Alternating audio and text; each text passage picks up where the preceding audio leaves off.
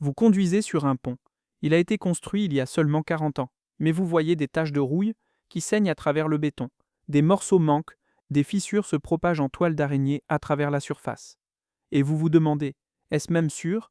Il y a un dôme à Rome, le Panthéon, sans une seule barre d'acier pour le renforcer. Il est debout depuis près de 2000 ans. Tremblements de terre, inondations, la marche implacable du temps lui-même, pas même une égratignure. Pendant plus de 13 siècles après la chute de l'Empire romain, c'était le plus grand dôme de toutes sortes au monde. Il reste le plus grand dôme en béton non armé du monde. Alors voici la question qui devrait empêcher les ingénieurs de dormir la nuit. Pourquoi nos projets modernes coûteux commencent-ils à s'effriter en quelques décennies seulement, alors que les structures romaines antiques sont restées intactes pendant des millénaires? Qu'est-ce que les Romains savaient que nous avons oublié? Section 1. Le problème moderne. Une promesse qui se fissure. Beaucoup de gens se demandent pourquoi les structures antiques semblent durer éternellement, alors que les choses que nous construisons aujourd'hui semblent presque jetables. Ce n'est pas seulement de la nostalgie. Il y a une différence fondamentale entre le béton du passé et le béton d'aujourd'hui. Le problème principal est un défaut fatal que nous avons conçu dans nos propres designs. Nous vivons à une époque de béton. C'est la deuxième substance la plus utilisée sur Terre, juste après l'eau. C'est la fondation littérale de notre monde, nos maisons, nos gratte-ciel, nos autoroutes. Mais nous avons construit ce monde sur un matériau avec une durée de vie étonnamment courte. Le béton moderne est incroyablement fort quand vous appuyez dessus. C'est ce qu'on appelle la résistance à la compression. C'est pourquoi il est excellent pour les piliers, mais il est faible quand vous le tirez ou le pliez. Il a une mauvaise résistance à la traction. La solution moderne était censée être une innovation brillante du 19e siècle, le béton armé. L'idée est simple. Vous prenez ce béton vulnérable et vous incorporez un squelette de barre d'acier, appelé armature, à l'intérieur. Le béton gère les forces d'écrasement et l'acier gère les forces de traction. Ensemble, ils créent un super matériau. Et pendant un moment, cela a fonctionné. Mais il y avait un énorme problème.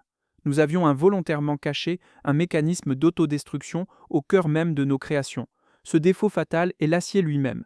Voici pourquoi. Le béton semble solide, mais il est en fait poreux, comme une éponge dure. Avec le temps, de minuscules fissures se forment.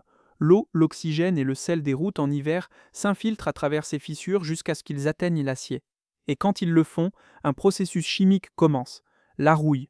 Entrons dans les chiffres exacts de ce problème, parce qu'ils sont terrifiants. Lorsque l'acier dans les armatures se corrode, les produits de rouille occupent 5 à 10 fois le volume de l'acier original. Pensez-y une seconde. Pour chaque centimètre cube d'acier qui se transforme en rouille, vous avez jusqu'à 10 cm3 de matériaux expansifs qui essayent de s'échapper. Cette rouille exerce une pression de 3 à 4 mégapascales sur le béton environnant. Le béton a une excellente résistance à la compression, mais sa résistance à la traction, sa capacité à résister à être tiré ou étiré, n'est que d'environ 10% de sa résistance à la compression. Nous avons donc une tempête parfaite pour le désastre, une force expansive massive attaquant exactement le point le plus faible du matériau. C'est comme essayer de contenir une explosion interne. Et une fois que le premier écaillage se produit, quand le premier morceau de béton se détache, le processus s'accélère exponentiellement. L'armature maintenant exposée se corrode plus rapidement. Plus de rouille crée plus de pression cause plus d'écaillage. C'est une boucle de rétroaction de destruction. Voici la partie la plus ironique. Nous avons mis l'armature là pour renforcer le béton. Mais sans protection appropriée, elle devient le mécanisme même de la propre destruction de la structure. C'est ce qu'on appelle l'écaillage. Une minuscule fissure devient une grande, des morceaux tombent, et toute la structure commence à se déchirer de l'intérieur. Nous sommes donc laissés dans cette situation étrange. Nous avons un matériau qui est conçu pour échouer. Nous sommes enfermés dans une bataille ruineusement coûteuse contre la dégradation inévitable de la chose même avec laquelle nous avons choisi de construire notre monde. Et s'il y avait une meilleure façon? Et si la réponse n'était pas d'ajouter plus d'acier, mais de regarder vers le passé? Section 2. La quête d'une réponse. Pour trouver le secret du béton immortel, nous devons devenir des détectives. Nous devons regarder en arrière et étudier les indices laissés par les maîtres constructeurs de Rome. Notre premier arrêt est le Panthéon. Ce dôme massif de 142 pieds n'a pas d'armature en acier du tout. Selon les normes modernes, il ne devrait pas être aussi durable. Il défie la logique de notre propre science des matériaux. Et ce n'est pas seulement le Panthéon.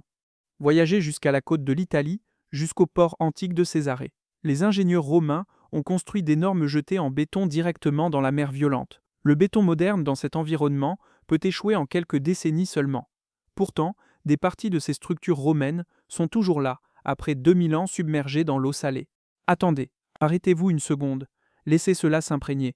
Du béton qui est plus fort après 2000 ans submergé dans l'eau salée. Cela défie tout ce que nous savons sur la corrosion. Comment est-ce même possible? C'est là que ça devient fascinant. La recherche révèle que l'eau de mer n'a pas détruit le béton, elle l'a en fait rendu plus fort avec le temps. Lorsque l'eau de mer pénètre le béton romain, elle dissout la chaux à l'intérieur. Mais au lieu de détruire la structure, cela initie une réaction chimique extraordinaire. La chaux dissoute réagit avec les cendres volcaniques dans le mélange, formant des cristaux d'un minéral rare appelé tobémorite d'aluminium, ou tobémorite Al. Ces cristaux ne font pas que remplir les espaces. Ils créent une structure imbriquée de plaques microscopiques qui renforcent le matériau.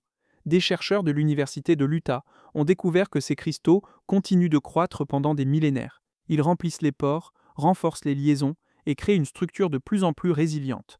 Et c'est comme si le béton avait un système immunitaire qui devient en fait plus fort avec chaque attaque de l'eau salée. Plus la mer frappe contre lui, plus ces minéraux bénéfiques se forment, plus il devient fort. Le béton se construit littéralement plus fort à chaque siècle qui passe. Comparez cela aux structures modernes, le béton exposé à l'eau de mer commence généralement à se détériorer dans les 20 à 30 ans. Le sel accélère la corrosion des armatures et la structure entre en effondrement progressif. Le béton romain, il prospère 2000 ans plus tard, se construisant plus robuste à chaque siècle. Ces structures partagent toutes un ingrédient commun, l'opus camenticium, le béton romain. Pendant longtemps, on pensait que le secret était une cendre volcanique spéciale appelée pouzzolane. Les Romains mélangeaient cette cendre avec de la chaux pour créer un liant qui était incroyablement stable et résistant à l'eau. Cette réaction pouzzolanique était clé, mais ce n'était pas toute l'histoire. Cela ne pouvait pas tout expliquer, en particulier une anomalie étrange trouvée dans chaque échantillon de béton romain. Dispersés dans tout le matériau se trouvaient des millions de minuscules morceaux blancs brillants. Pendant des décennies, les scientifiques ont écarté ces amas de chaux comme un signe de mélange bâclé, un défaut. Mais pour certains chercheurs, cette explication n'avait tout simplement pas de sens. Admir Mazic, un scientifique des matériaux au MIT, a posé une question simple mais profonde. Si les Romains ont mis tant d'efforts à créer ce matériau remarquable, pourquoi serait-il si systématiquement négligent? Cela n'avait aucun sens. Il a décidé d'enquêter sur ces soi-disant défauts non pas comme une erreur, mais comme un indice. Et s'ils étaient intentionnels? Section 3. La recette secrète révélée. En utilisant l'imagerie avancée, Mazic et son équipe ont analysé du béton vieux de 2000 ans provenant d'un site archéologique en Italie. Ils ne regardaient pas seulement le matériau, ils zoomaient jusqu'à l'échelle nanométrique pour comprendre la chimie exacte de ces petits morceaux blancs. Ce qu'ils ont trouvé était transformateur. La structure des amas de chaux suggérait qu'ils avaient été formés à des températures extrêmement élevées. Cela allait à l'encontre de tout ce que nous pensions savoir. La théorie standard était que les Romains fabriquaient du béton avec de la chaux éteinte, de la chaux prémélangée, avec de l'eau en une pâte sûre. Mais les preuves pointaient vers un processus beaucoup plus extrême, appelé mélange à chaux. Les chercheurs ont réalisé que les Romains ajoutaient probablement de la chaux vive, une forme plus volatile et non éteinte d'oxyde de calcium, directement dans le mélange avec la cendre et la roche, puis ajoutaient l'eau. La réaction chimique se serait produite à l'intérieur du béton lui-même, générant une chaleur immense, des températures atteignant 200 à 250 degrés Celsius. Ce processus à haute température a créé des composés chimiques qui ne se forment pas dans le béton moderne, et il a également laissé derrière lui de petites poches fragiles de chaux non réagies, hautement réactives. Ces poches étaient les amas de chaux. Mais voici le détail critique que les Romains comprenaient parfaitement. Toutes les cendres volcaniques ne sont pas égales. Les Romains transportaient des cendres spécifiques de la région de Pouzzoles, près de Naples, parfois des centaines de kilomètres, pour construire des structures partout dans la Méditerranée. Pourquoi? Parce que cette cendre volcanique spécifique avait la composition chimique exacte nécessaire. La pouzzolane de Pouzzoles est riche en silicate d'aluminium dans une proportion parfaite. Lorsqu'elle est mélangée avec de la chaux et de l'eau, elle crée une réaction chimique qui forme des composés uniquement stables. Les écrivains romains comme Pline l'Ancien et Sénèque ont largement documenté les propriétés spéciales de cette cendre. Cela nous montre quelque chose d'important. Les Romains ne suivaient pas seulement une recette. Ils comprenaient profondément les propriétés de leurs matériaux. Ils ont testé, expérimenté et affiné leurs formules pendant des siècles. Cette connaissance empirique, basée sur une observation attentive, était aussi sophistiquée que notre science moderne des matériaux. Les amas de chaux n'étaient pas une erreur. Ils étaient une caractéristique brillamment conçue. Ils étaient un réservoir caché de pouvoir de guérison, attendant patiemment le jour où il serait nécessaire. Les Romains n'avaient pas fait un matériau défectueux. Ils avaient fait un matériau intelligent. Ils avaient inventé du béton autoréparateur 2000 ans avant que nous ayons jamais inventé le terme. Section 4. Un système immunitaire anti. Alors, quelle était la fonction de ces petits morceaux blancs fragiles? C'est là que le vrai génie des Romains se révèle. Les amas de chaux sont le cœur d'un système de réparation automatique. C'est comme si le béton avait son propre système immunitaire.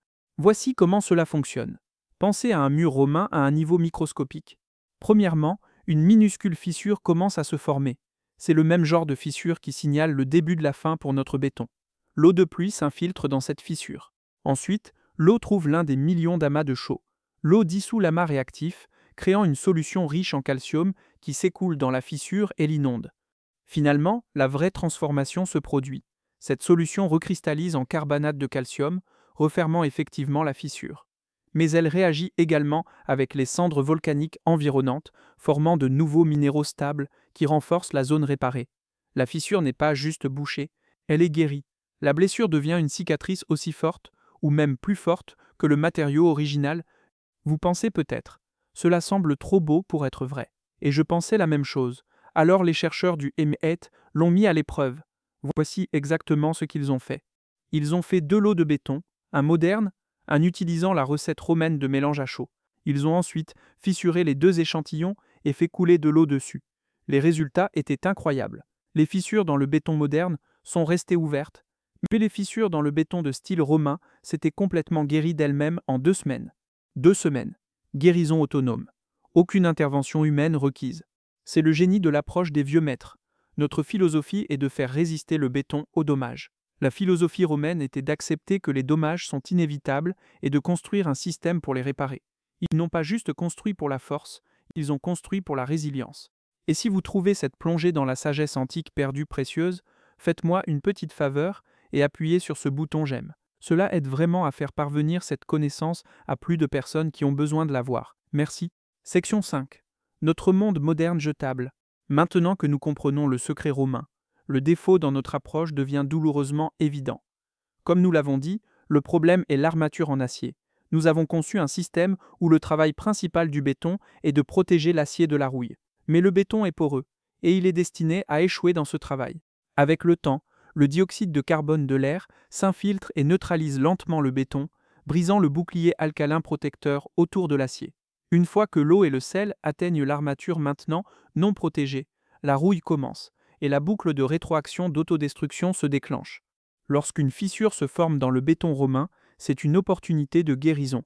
Lorsqu'une fissure se forme dans notre béton, c'est une condamnation à mort. Notre obsession pour la vitesse empire les choses. Le béton moderne est conçu pour durcir en seulement 28 jours. C'est génial pour les délais de projet mais terrible pour la durabilité, car cela crée plus de contraintes internes et de micro-fissures dès le départ. Le béton romain durcissait beaucoup plus lentement, développant sa force sur une période plus longue, résultant en un produit final plus stable. Leur philosophie était celle de la patience. La nôtre est axée sur le prochain trimestre fiscal. Nous avons échangé l'éternité contre l'efficacité. Parlons du coût réel de cet échec systématique. Et ce n'est pas seulement de l'argent, bien que ce soit astronomique. Aux États-Unis seulement, nous dépensons plus de 125 milliards de dollars par an juste pour entretenir et réparer l'infrastructure en béton. C'est plus que le PIB entier de nombreux pays. Et ce nombre augmente. La Société américaine des ingénieurs civils estime que nous avons besoin de 4,5 billions de dollars au cours des 10 prochaines années, juste pour amener notre infrastructure existante à un état acceptable. Les ponts s'effondrent, les parkings s'effondrent, les structures côtières se désintègrent. Mais le coût environnemental est encore plus dévastateur. Comme nous l'avons mentionné, la production de ciment crée 8% des émissions mondiales de dioxyde de carbone. Mais voici ce que cela signifie vraiment. Si l'industrie du ciment était un pays, ce serait le 3e plus grand émetteur du monde, derrière seulement la Chine et les États-Unis. Et parce que nos structures ne durent que des décennies au lieu de millénaires, nous sommes piégés dans un cycle vicieux. Démolir, reconstruire, démolir à nouveau. Chaque cycle libère plus de carbone. Chaque cycle consomme plus de ressources. Chaque cycle nous enfonce plus profondément dans une crise environnementale. Les Romains ont construit une fois, et cela a duré 2000 ans. Nous reconstruisons tous les 50 ans. Faites le calcul, c'est 40 fois plus de matériel, 40 fois plus d'énergie, 40 fois plus d'émissions pour la même fonctionnalité. Section 6. L'avenir est ancien. Pendant des siècles, cette connaissance était vue comme une curiosité historique. Mais cela change rapidement. Les scientifiques sont maintenant dans une course pour rétroconcevoir cette technologie vieille de 2000 ans pour le 21e siècle. L'équipe d'Admir Mazik a déjà lancé une entreprise pour commercialiser du béton autoréparateur inspiré des Romains. L'idée n'est pas de remplacer entièrement nos matériaux modernes, mais de les améliorer avec cette sagesse antique. Imaginez construire des ponts, des tunnels ou des bâtiments qui ont une durée de vie de conception de siècles, pas de décennies. Une infrastructure qui nécessite dramatiquement moins de réparations. Les économies économiques se chiffreraient en milliards. Ensuite, il y a l'impact environnemental. La production de ciment représente 8% stupéfiant des émissions mondiales de dioxyde de carbone. Ce processus inspiré des Romains est moins énergivore car il nécessite des températures plus basses que la production de ciment Portland moderne, environ 2/3 de la chaleur nécessaire pour le ciment traditionnel. Plus important encore, si nos structures durent 10 fois plus longtemps, nous aurions besoin de produire beaucoup moins de ciment pour les remplacements. Cela pourrait être l'un des plus grands pas que nous faisons vers rendre la construction durable. Mais l'innovation ne s'arrête pas avec la recette romaine. La course pour réinventer le béton se passe en ce moment, et certaines solutions sont étonnamment créatives. Les scientifiques ont développé du béton avec des bactéries vivantes. Oui, vous avez bien entendu, ils incorporent des spores bactériennes dormantes, généralement des espèces Bacillus, directement dans le béton pendant le mélange. Lorsqu'une fissure se forme et que l'eau entre, les spores se réveillent. Les bactéries commencent à se nourrir de lactate de calcium, qui est également mélangé dans le béton, et produisent du calcaire comme sous-produit. Ce calcaire remplit la fissure de l'intérieur vers l'extérieur, guérissant les dommages de manière autonome. D'autres entreprises utilisent une approche différente, des agrégats spéciaux remplis d'agents de guérison qui ne sont libérés que lorsque le béton se fissure. Des chercheurs de l'Université de Californie du Sud ont créé des particules creuses qui éclatent sous contrainte, libérant des matériaux qui réagissent chimiquement pour sceller la fissure. Et il y a même du béton qui utilise des fibres de carbone conductrices pour détecter les dommages par des changements de résistance électrique, donnant essentiellement au béton un système nerveux qui peut alerter les ingénieurs des problèmes avant qu'ils ne deviennent catastrophiques. Le défi, le coût. Le béton bactérien peut coûter 3 à 5 fois plus cher que le béton traditionnel initialement. Mais lorsque vous considérez qu'il pourrait durer 100 à 200 ans au lieu de 50 et que vous prenez en compte les économies de maintenance et l'impact environnemental réduit, le calcul change dramatiquement. Bien sûr, il y a des défis pour une adoption généralisée.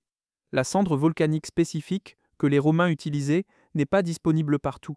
Les chercheurs travaillent maintenant à créer des versions synthétiques ou à utiliser des sous-produits industriels, comme les cendres volantes des centrales au charbon, pour l'imiter. Il y a aussi l'inertie de l'industrie de la construction, qui est construite autour de la vitesse et des coûts initiaux, plutôt que de la pensée du cycle de vie. Mais le mouvement a commencé. Alors voilà, nous avons construit notre monde moderne entier sur une infrastructure conçue pour échouer. Chaque pont que vous traversez, chaque bâtiment dans lequel vous entrez, chaque parking dans lequel vous vous garez, s'autodétruit lentement de l'intérieur. Et nous avons juste accepté cela comme normal. Pensez-y une seconde. Nous avons normalisé l'obsolescence programmée, non seulement pour nos téléphones et appareils électroménagers, mais pour la fondation même de notre civilisation. Les Romains ont construit le Panthéon une fois. 2000 ans plus tard, il tient toujours debout. Nous avons reconstruit la plupart de nos ponts et autoroutes plusieurs fois en seulement les 50 dernières années. Imaginez les billions de dollars que nous aurions économisés si nous les avions juste bien construits la première fois. Imaginez les milliards de tonnes de dioxyde de carbone jamais libérés. Imaginez les millions d'heures assis dans les embouteillages pendant que les équipes rapiècent une infrastructure qui s'effrite et qui n'aurait pas besoin d'être rapiécée. Mais voici le truc. Le béton n'est pas le seul matériau où nous avons complètement perdu le fil. Les forgerons médiévaux savaient comment faire du fer qui ne rouillait jamais. Les charpentiers médiévaux construisaient avec du bois qui durait des siècles, pas des années. Ils comprenaient quelque chose de fondamental sur la durabilité que nous avons oublié. La différence ? Ils construisaient les choses une fois, correctement. Nous construisons les choses rapidement, à bon marché, puis nous les reconstruisons encore et encore et encore. Nous avons échangé la permanence contre des marges bénéficiaires. Nous avons échangé l'artisanat contre les gains trimestriels. Et la partie la plus folle, la connaissance pour réparer cela n'est pas perdue. Elle est juste ignorée. Les entreprises qui pourraient révolutionner la construction avec du béton autoréparateur existent en ce moment. Le béton bactérien, la technique de mélange à chaud romaine, les alternatives durables, ils sont tous prouvés. Il fonctionne. Mais l'industrie avance lentement parce que le système cassé actuel est rentable pour quelqu'un. Alors que faisons-nous? Nous apprenons. Nous partageons cette connaissance. Nous exigeons mieux. Si vous avez trouvé cela précieux et que vous en avez marre de vivre dans un monde jetable, appuyez sur ce bouton d'abonnement. Nous exposons plus de ces technologies perdues qui pourraient réellement changer les choses. Et écoutez, si cela vous a époustouflé, vous devez voir ce que nous avons trouvé sur le fer et le bois. Du fer médiéval qui ne rouillait jamais contre du fer moderne qui s'effrite en quelques mois. Du bois qui a duré 800 ans contre du bois qui pourrit en une décennie. Ce ne sont pas juste des faits historiques cool, ce sont des techniques que certaines personnes utilisent aujourd'hui pour faire des choses qui durent vraiment. Je mets les deux vidéos sur votre écran en ce moment. Regardez celle qui vous attire en premier, mais vous allez vouloir voir les deux. Laissez un commentaire et dites-moi quelle autre technologie médiévale devrions-nous enquêter ensuite. Merci d'avoir regardé.